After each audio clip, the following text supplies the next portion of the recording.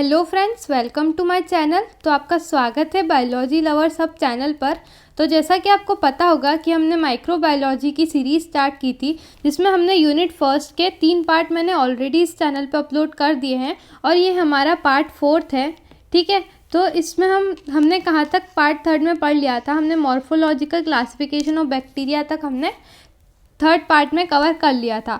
तो आज के इस 4th पार्ट में हम पढ़ने वाले nutritional requirements, raw materials used for culture media and physical parameters of growth curve. ठीक है, तो ये सारे टॉपिक्स को हम इस वीडियो में कवर करने वाले हैं। तो चलिए स्टार्ट करते हैं।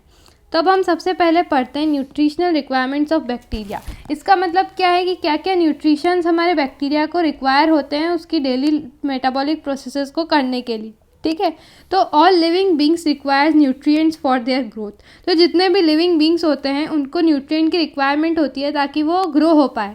ठीक है, तो इसके लिए हमें क्या क्या चीज़ें की ज़रूरत होती है। तो सबसे पहले तो इसेंशियल एलिमेंट्स है, उनकी रिक्वायरमेंट होती है। ठीक है, इसेंशियल एलिमेंट क्या होते हैं? मेजर मैक्रोन्यूट्रिएंट्स होते हैं। Those elements which are important for bacteria and required in large amount. तो ऐसे इम्पॉर्टेंट एलिमेंट जो कि बैक्टीरिया के लिए रिक्वायर्ड है लार्ज अमाउंट में, तो उन्हें हम क्या बोलते हैं? इसेंशियल एलिमेंट्स, या फिर हम बोल सकते हैं मेजर माइक्रोन्यूट्रिएंट्स। ठीक है, मैक्रोन्यूट्रिएंट्स तो कौन कौन से हैं वो? एक तो carbon, hydrogen, oxygen, nitrogen, phosphorus and sulphur. ये सारे क्या है? हमारे इसेंशियल एलिमेंट्स कहलाते हैं जो कि लार्ज अमाउंट में रिक्वायर्ड होते हैं for the growth of bacteria. ठीक है, तो अब हम एक एक करके इनको पढ़ते हैं। तो हाइड्रोजन और ऑक्सीजन किस तरह से इंपॉर्टेंट है बैक्टीरिया के लिए? These are made available from water added to culture media. तो जो कल्चर मीडिया के अंदर हम वाटर डालते हैं उससे हमें हाइड्रोजन और ऑक्सीजन मिल जाता है, क्योंकि हमें पता है वाटर का फॉर्मूला होता है H2O। तो इससे हाइड्रोजन और ऑक्सीजन हमें मिल जाता है। अब carbon and nitrogen. Carbohydrates is the principal source of carbon. जैसा कि हमें पता है कि कार्बोहाइड्रेट्स एक प्रिंसिपल सोर्स है कार्बन का, which is degraded from bacteria either by oxidation और फर्मेंटेशन। तो ये ऑक्सीडेशन और फर्मेंटेशन ऑफ बैक्टीरिया करते हैं तो हमें क्या मिलते हैं? कार्बोहाइड्रेट्स मिलते हैं। तो इस तरह से हमको कार्बन और नाइट्रोजन मिलता है। ठीक है, मतलब कार्बन मिलता है। और नाइट्रोजन किस तरह से मिलता है? यहाँ पे आप इसको काट सकते हैं। यहाँ पे नाइट्रोजन नहीं आएगा, यहाँ पे हमने सिर्फ कार्बन की बात की है। ठीक है, अब नेक्स्ट जब हम बात करते हैं नाइट्रोजन की, it is the main source of protein and nucleic acid for bacteria. ये क्या है? मेन सोर्स है प्रोटीन का, यानी कि प्रोटीन हमें कहाँ से मिलता है? नाइट्रोजन से मिलता है बैक्टीरिया के अंदर, और न्यूक्लिक एसिड भी मिलता है। ठीक है, नाइट्रोजन से। And it is the main source of ammonia. ठीक है, जैसा कि हमें पता है NH3 अमोनिया का फॉर्मूला होता है, तो हमें नाइट्रोजन इस तरह से अमोनिया से मिलता है। ठीक है, now next sulphur and phosphorus. Sulphur forms parts of structures of several coenzymes. जो सल्फर है वो बहुत सारे स्ट्रक्चर्स बनाता है कोएंजाइम्स के, है ना। And cysteinyl and methionyl side chains of protein. ठीक है, ये सारे बनाता है सल्फर और फॉस्फोरस। ठीक है, नाउ नेक्स्ट जब हम पढ़ते हैं नेक्स्ट सोर्स क्या है हमारा न्यूट्रिशन का, वो है मिनरल सोर्स। तो मिनरल्स जैसे कि these are potassium, calcium, magnesium, iron, copper, cobalt, manganese, zinc are required in little amount for enzyme function. तो जो है ना, एंजाइम का फंक्शन करने के लिए ये सारी जो चीज़ें हैं ये हमें लिटिल यानी कि स्मॉल अमाउंट में हमें रिक्वायर्ड होती हैं। ठीक है, तो ये सारे मिनरल सोर्स होते हैं हमारे जो कि न्यूट्रिशन प्रोवाइड करते हैं बैक्टीरिया को। Now energy source. Energy source क्या है हमारे बैक्टीरिया के लिए? एक तो carbon dioxide is required by all bacteria and much more important for cellular metabolism. अब जो कार्बन डाइऑक्साइड होता है CO2, वो हमारे बैक्टीरिया के लिए यूज़फुल होता है, इम्पॉर्टेंट होता है ताकि वो उसका सेल्युलर मेटाबॉलिज्म कर सके। And it can be provided by atmosphere to the bacteria. और ये हमें CO2 कहाँ से मिलती है? बैक्टीरिया को एटमॉस्फेयर से हमें CO2 मिलती है। ठीक है, now and the energy source depends upon the nature of bacteria. और एनर्जी सोर्स एक नेचर ऑफ बैक्टीरिया पे भी डिपेंड करता है। कैसे? कि अगर बैक्टीरिया अगर ऑक्सीजन, मतलब बैक्टीरिया को ग्रोथ के लिए अगर ऑक्सीजन की रिक्वायरमेंट है तो उसे हम बोलेंगे एरोब्स। ठीक है, मतलब एरोबिक बैक्टीरिया। और एनएरोबिक बैक्टीरिया जिनको जो कि ऑक्सीजन के एब्सेंस में भी ग्रो हो जाते हैं, उन्हें हम बोलते हैं एनारोबिक बैक्टीरिया या फिर एनारोब्स। ठीक है, नाउ नेक्स्ट पढ़ते हैं। नेक्स्ट एनर्जी सोर्स क्या है? Autotrophic bacteria. ठीक है, ये थर्ड टाइप का है autotrophic bacteria which are capable to synthesis their own food. जो ऐसे बैक्टीरिया जो कि अपना खाना खुद बना लेते हैं, सिंथेसिस कर लेते हैं, तो उन्हें हम बोलते हैं ऑटोट्रॉफिक बैक्टीरिया। अब ऑटोट्रॉफिक बैक्टीरिया भी दो टाइप्स के होते हैं, एक तो फोटोसिंथेटिक और एक कीमोसिंथेटिक। फोटोसिंथेटिक क्या होते हैं? They use sunlight as a source of energy. ये सनलाइट का यूज़ करते हैं as a source of energy. ठीक है, सनलाइट से इनकी एनर्जी सनलाइट से मिलती है इनको। ठीक है, now next chemosynthetic. Without photosynthetic pigment they use sulphur as a source of energy. अब अगर फोटोसिंथेटिक पिगमेंट जो कि होता है क्लोरोफिल, अगर क्लोरोफिल एब्सेंट है उस केस में सल्फर क्या काम करेगा? As a source of energy काम करेगा। तो सल्फर एक तरह का केमिकल है, इसलिए इसका नाम क्या रख दिया? कीमोसिंथेटिक रख दिया। ठीक है, नाउ नेक्स्ट फोर्थ टाइप का क्या होता है? बैक्टीरिया होते हैं phototrophic bacteria, sorry heterotrophic bacteria. Heterotrophic bacteria क्या होते हैं? Which are unable to synthesis their own metabolites. जो कि अपना खाना खुद नहीं बनाते हैं, ऐसे मतलब वो दूसरे अदर ऑर्गेनिज्म पर फूड के लिए डिपेंडेंट होते हैं। ठीक है, जैसे कि इसमें भी दो टाइप के होते हैं, फोटो हिट्रोट्रॉफिक और कीमो हिट्रोट्रॉफिक। फोटो हिट्रोट्रॉफिक क्या होते हैं? They obtain carbon from organic compounds made by other organism. जो दूसरे ऑर्गेनिज्म जो बनाते हैं कार्बन, वो कार्बन यूज़ करते हैं हमारे हिट्रोट्रॉफिक बैक्टीरिया। ठीक है, और वो कार्बन कहाँ से आता है? ऑर्गेनिक कंपाउंड्स से आता है। ठीक है, now chemo heterotrophic they made their food from another plants and animals. They obtain, यानी कि जो ऐसे ऑर्गेनिज्म यानी कि ऐसे बैक्टीरिया जो कि मतलब अपना खाना खुद नहीं बनाते हैं, वो दूसरे प्लांट और एनिमल पे अपने खाने के लिए, फूड के लिए डिपेंडेंट होते हैं। ठीक है, नाउ ये हमने पढ़ लिया। They obtain energy from organic compounds, और ये ऑर्गेनिक कंपाउंड से अपनी एनर्जी लेते हैं। अब लास्ट है हमारा ग्रोथ फैक्टर। ठीक है, ग्रोथ फैक्टर क्या होता है? For the growth of bacteria needs purines and पिरिमिडीन्स। जो बैक्टीरिया के ग्रोथ के लिए प्यूरिन्स और पिरिमिडीन्स की रिक्वायरमेंट होती है। ठीक है, it is much more important for formation of DNA and RNA and also for sale division. तो जो ग्रोथ फैक्टर्स होते हैं वो बहुत ही इंपॉर्टेंट होते हैं ताकि DNA और RNA का फॉर्मेशन कर सके, साथ ही सेल डिवीजन हो पाए, इसलिए ग्रोथ फैक्टर्स बहुत इंपॉर्टेंट होते हैं। तो ये सारे इसेंशियल न्यूट्रिएंट्स हैं जो कि एक बैक्टीरिया को रिक्वायर होते हैं उसकी ग्रोथ के लिए। ठीक है, ताकि प्रॉपर ग्रोथ हो पाए। और हमने डिफरेंट टाइप के बैक्टीरियाज़ की भी स्टडी कर ली, 4 तरह के बैक्टीरियाज़ हमने पढ़े। ठीक है, तो अब हम नेक्स्ट टॉपिक की तरफ बढ़ते हैं। नेक्स्ट टॉपिक है हमारा raw materials use for culture media. अब कौन कौन से रॉ मटेरियल्स हम यूज़ करते हैं ताकि हम कल्चर मीडिया का मतलब प्रिपरेशन कर सकें। ठीक है, तो the materials which are use in making of culture media, क्या क्या चीज़ों की ज़रूरत होती है? First water, second peptone, third meat extract, fourth yeast extract and fifth agar. तो ये सारी चीज़ें हमें रिक्वायर्ड होती है अगर हमें कल्चर मीडिया बनाना है तो। ठीक है, तो सबसे पहली चीज़ है हमारी वाटर। वाटर क्या करता है? इन bacteria 70 to 80% of water is present. तो जो हमारा बैक्टीरिया होते हैं उनके अंदर 70 to 80% तो वाटर ही होता है। ठीक है, which is use as a vehicle for the flow of nutrients. तो ये क्या काम करता है? वेहीकल का काम करता है ताकि जो न्यूट्रिएंट्स है उसका फ्लो एक जगह से दूसरी जगह तक हो सके। ठीक है, so water is necessary for preparation of culture media, इसीलिए वाटर बहुत इंपॉर्टेंट है कल्चर मीडिया को बनाने के लिए। ठीक है, but distilled water is preferred in use. पर डिस्टिल्ड वाटर का हमें यूज़ करना चाहिए। क्यों करना चाहिए डिस्टिल्ड वाटर का use? Because tap water contain magnesium which may react with phosphates present in the peptones. क्योंकि जो हमारा टैप वाटर होता है, जो हमारा नल का पानी होता है, उसके अंदर मैग्नीशियम प्रेजेंट होता है और वो मैग्नीशियम फॉस्फेट के साथ रिएक्ट कर सकता है, इसीलिए हम फिर वो जो फॉस्फेट के साथ रिएक्ट कर देता है, इसलिए हम उसको डिस्टिल्ड वाटर का यूज़ करते हैं। ठीक है, और फॉस्फेट्स किस में प्रेजेंट होते हैं? हमारे पेप्टॉन्स के अंदर प्रेजेंट होते हैं, जो कि फिर हमारे ग्रोथ ऑफ बैक्टीरिया को इनहिबिट करेगा, यानी कि फिर ग्रोथ ऑफ बैक्टीरिया नहीं हो पाएगी। इसीलिए हम क्या करते हैं? डिस्टिल्ड वाटर का यूज़ करते हैं ताकि हम बैक्टीरिया को ग्रो कर सके। ठीक है, नाउ नेक्स्ट हमारा कंपोनेंट है मतलब नेक्स्ट रॉ मटेरियल है हमारा पेप्टॉन। पेप्टॉन क्या होता है? It is hygroscopic in nature.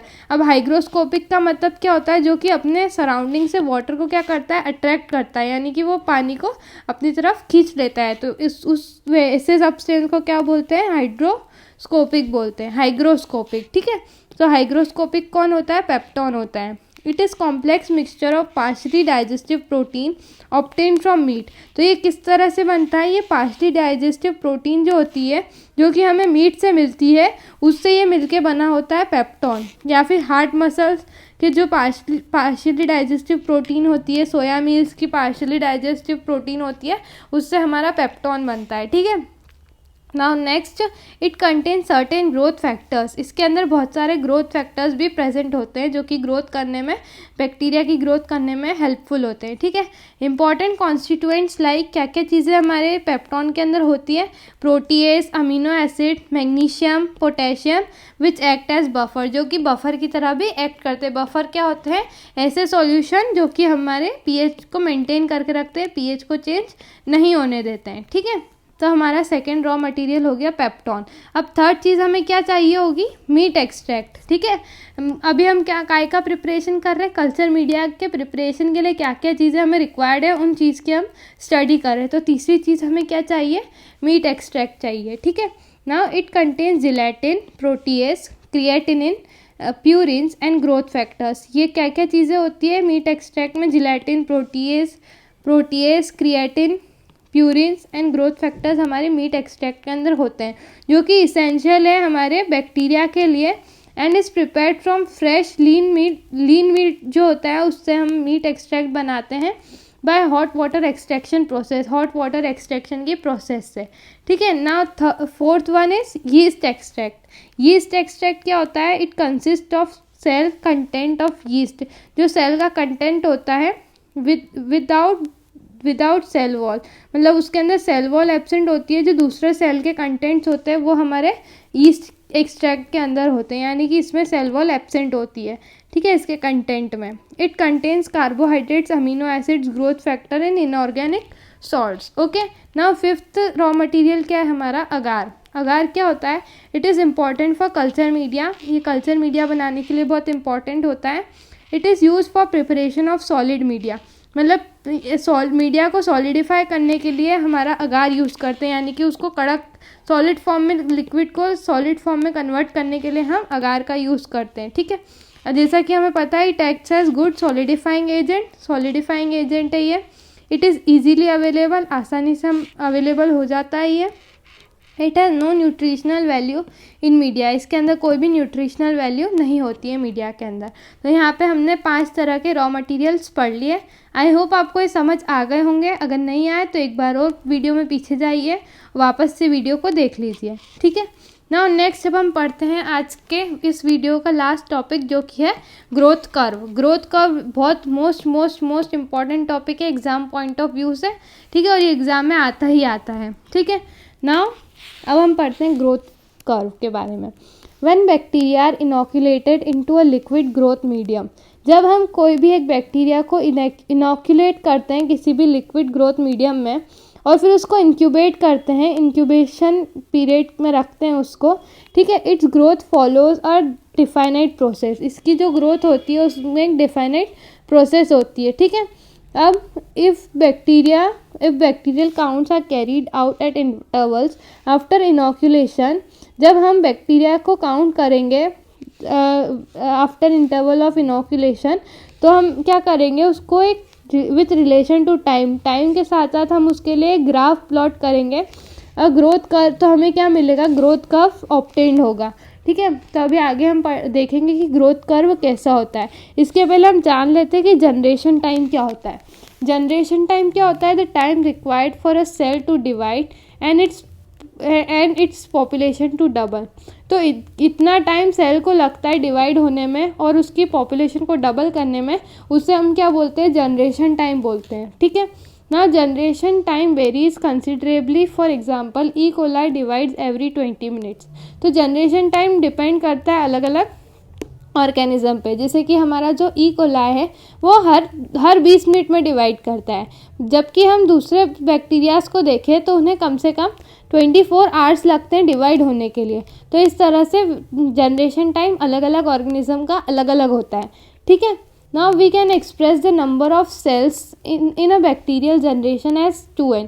तो जो हम नंबर ऑफ सेल्स जो बैक्टीरियल जनरेशन में उसे हम 2n से रिप्रेजेंट करते हैं, जिसमें जो यहाँ पे n है वो क्या रिप्रेजेंट कर रहा है, number of doubling that have occurred, कितनी डबलिंग हुई है वो कौन बता रहा है, यहाँ पे n से रिप्रेजेंट करते हैं हम उसको, ठीक है। The various stages of bacterial growth curve and are associated with morphological and physiological alteration of the cell, ठीक है। अब हम 4 फेजेस पढ़ेंगे बैक्टीरियल ग्रोथ कर्व में। फर्स्ट फेज क्या है, lag phase. Second is log phase, log phase को exponential phase भी बोलते हैं। Third is stationary phase and fourth is death phase और डिक्लाइन फेज, ठीक है। तो इन सभी के बारे में हम डिटेल में पढ़ेंगे। तो देखो ये हमारा है ग्रोथ कर्व। ग्रोथ कर्व में हम यहाँ पे जो एक्स एक्सिस है वो वहाँ पे हम टाइम लेते हैं, और जो वाई एक्सिस है वहाँ पे हम logarithm of living bacterial cell लेते हैं, यानी कि किस तरह का ग्रोथ हुआ वो हम इस प्लॉट में शो करेंगे। तो जो यहाँ से लेके यहाँ तक का हमारा कर्व है उसे हम बोलते हैं लैग फेज, ठीक है। यहाँ से लेके यहाँ तक का जो पार्ट है उसे हम बोलते हैं लॉग फेज। थर्ड, ये जो स्टेशनरी जो स्ट्रेट लाइन दिखाई दे रही है ये हमारा है स्टेशनरी फेज, और एट लास्ट ये है हमारा डिक्लाइन या फिर डेथ फेज। अब लैग फेज क्या होता है, there is no increase in number of living bacterial cell. यहाँ पे कोई भी बैक्टीरियल सेल का ग्रोथ मतलब नंबर इंक्रीज नहीं हुआ है, यानी कि बैक्टीरियल ग्रोथ यहाँ पे बिल्कुल नहीं हुई है, इसलिए हमने इसका नाम दे दिया लैग फेज, और यहाँ पे हमें स्ट्रेट लाइन मिली, ठीक है। फिर यहाँ पे बढ़ती गई ये वाली लाइन, ठीक है, क्योंकि यहाँ पे हुआ है ग्रोथ। तो यहाँ पे लॉग फेज या फिर यहाँ पे क्या हुआ है, exponential increase in number of living bacterial cell. यहाँ पे एक्सपोनेंशियल यानी कि एकदम से यहाँ पे number of living bacterial cell क्या हुए, इंक्रीज हुए, यानी कि ग्रोथ हुई है यहाँ पे बैक्टीरिया की। तो हमारा ग्राफ कहाँ गया, ऊपर की तरफ गया, ठीक है। फिर स्टेशनरी फेज, ठीक है, plateau in number of living bacterial cell and rate of cell division and death रफली इक्वल, यानी कि यहाँ पे कोई भी ग्रोथ यहाँ पे बैक्टीरिया की देखने को नहीं मिली, ठीक है। तो इसीलिए ये क्या हो गया, स्टेशनरी यानी कि एक जैसा फेज, ठीक है। तो यहाँ पे कोई भी बैक्टीरियल ग्रोथ नहीं हुई। फिर क्या हुआ, डेथ फेज और डिक्लाइन फेज। यहाँ पे exponential decrease in number of bacterial cell, यानी कि एकदम से बैक्टीरियल सेल का जो नंबर था वो क्या हो गया, डिक्रीज हो गया, यानी कि यहाँ पे डेथ होनी स्टार्ट हो गई हमारे बैक्टीरिया की। तो यहाँ पे इसीलिए इसको बोला गया डेथ फेज, और ये हमारा ग्राफ चला गया नीचे। तो आई होप आपको ये पूरा ग्रोथ कर्व समझ आ गया होगा, ठीक है। तो अब हम एक एक करके इसके बारे में पढ़ते हैं। देखो लैग फेज क्या होता है, in this phase there are no growth of bacteria. Lag phase के अंदर कोई भी बैक्टीरिया की ग्रोथ नहीं हुई है, ठीक है, because culture media is just prepared, क्योंकि कल्चर मीडिया को जस्ट हमने अभी तैयार किया है। So up to 2 to 3 hours there is no growth of bacteria. So 2 से 3 घंटे तक कोई भी बैक्टीरिया की ग्रोथ देखने को नहीं मिलती है, ठीक है। Only nutrition media is present, सिर्फ न्यूट्रिशन मीडिया हमारे पास प्रेजेंट है। अब लॉग या फिर एक्सपोनेंशियल फेज क्या होता है, in this phase there are maximum growth of bacteria. सबसे ज़्यादा बैक्टीरिया की ग्रोथ हमें एक्सपोनेंशियल या फिर लॉग फेज में देखने को मिलती है। क्यों, because after the generation of bacteria they reproduce in fast rate and bacteria increases, ठीक है। तो जब जनरेशन ऑफ बैक्टीरिया हो जाता है, जब हम कल्चर मीडिया प्रिपेयर कर देते हैं, उसको इनोकुलेट कर देते हैं, तो क्या होता है, वो रिप्रोड्यूस करना स्टार्ट कर देते हैं फास्ट रेट से, ठीक है। और बैक्टीरिया की ग्रोथ क्या, बैक्टीरिया का नंबर क्या हो जाता है, इंक्रीज होता जाता है। And there are nutritions are more than the bacteria, और न्यूट्रिशन यहाँ पे ज़्यादा होता है बैक्टीरिया से भी ज़्यादा यहाँ पे न्यूट्रिशन प्रेजेंट होता है। So that bacterias grows maximum, ताकि ज़्यादा से ज़्यादा बैक्टीरिया ग्रो कर पाए, ठीक है। इसीलिए इसे हम क्या बोलते हैं, एक्सपोनेंशियल फेज भी बोलते हैं, क्योंकि यहाँ पे मैक्सिमम ग्रोथ होती है बैक्टीरिया की, ठीक है। और इसको हम इस तरह से रिप्रेजेंट करते हैं, ग्राफ हमारा ऊपर की तरफ जाता है, ठीक है। अब हम नेक्स्ट पढ़ते हैं थर्ड फेज, जो कि है stationary phase. In this phase growth of bacteria stop, मतलब इस फेज में बैक्टीरिया की ग्रोथ होना बिल्कुल बंद हो जाती है। And it may be stationary, और बहुत मतलब बिल्कुल स्टेशनरी हो जाती है growth, because no birth of bacteria is equal to number of birth of bacteria in bacteria is equal to number of death of bacteria, यानी कि जितना बर्थ हो रहा है बैक्टीरिया का उतने ही नंबर में बैक्टीरिया की डेथ हो रही है। तो यहाँ पे ये क्या हो जाता है, स्टेशनरी हो जाता है, कांस्टेंट हो जाता है, ठीक है। It is just happen due to lack of nutrition media. यहाँ पे न्यूट्रिशन मीडिया बहुत ही कम होता है, इसीलिए बैक्टीरिया को न्यूट्रिशन नहीं मिल पाती है, इस कारण से कोई बर्थ यहाँ पे बैक्टीरिया का देखने को नहीं मिलता है, ठीक है। अब डिक्लाइन या फिर डेथ फेज क्या होता है, also known as death phase, इससे क्या बोलते हैं, डेथ फेज भी बोलते हैं। In this phase bacteria start dying, DYING आएगा, ठीक है। बैक्टीरिया यहाँ पे मरने लग जाते हैं। Number of bacteria is more than nutrition media, ठीक है। तो जो नंबर ऑफ बैक्टीरिया है वो ज़्यादा है न्यूट्रिशन मीडिया से, जिस कारण से सभी बैक्टीरिया को न्यूट्रिशन नहीं मिल पाता है, जिस कारण से बैक्टीरिया की डेथ होने लग जाती है। So due to lack of nutrition की कमी के कारण बैक्टीरिया स्टार्ट्स डाइंग, ड्राइंग नहीं आएगा यहाँ पे, डाइंग आएगा, DYING, डाइंग, ठीक है। तो यहाँ पे हमारे जो ग्रोथ कर्व के 4 फेजेस थे वो हमने पढ़ लिए। आई होप आपको ये बिल्कुल अच्छे से क्लियर हो गया होगा।